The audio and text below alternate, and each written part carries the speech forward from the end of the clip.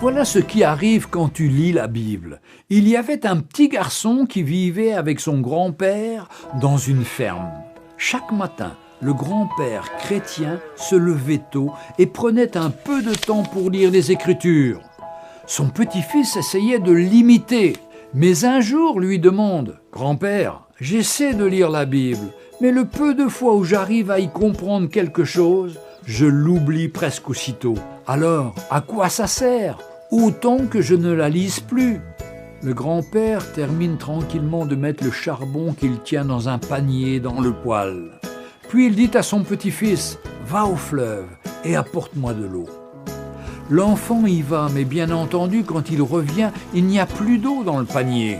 Le grand-père ricane et dit « Eh bien alors, tu dois être plus rapide. Allez, vas-y, retourne au fleuve et prends de l'eau. » Le petit-fils qui a perdu son souffle se dit « Mais c'est impossible, on va chercher l'eau avec un seau. » Mais le grand-père insiste. « Je ne t'ai pas demandé un seau d'eau, mais un panier d'eau.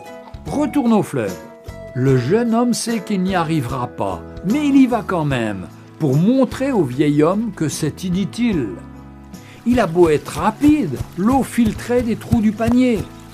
Il revient du fleuve et rapporte le panier vide à son grand-père en disant « Tu vois bien, ça ne sert à rien. »« Tu es sûr ?» dit le grand-père. « Regarde un peu le panier. » L'enfant regarde le panier qui était tout noir à cause du charbon et maintenant parfaitement propre. « Fiston, voilà ce qui arrive quand tu lis la Bible. Tu ne comprends pas tout, tu ne te souviens pas toujours de ce que tu as lu, mais quand tu la lis, c'est à l'intérieur de toi que ça change.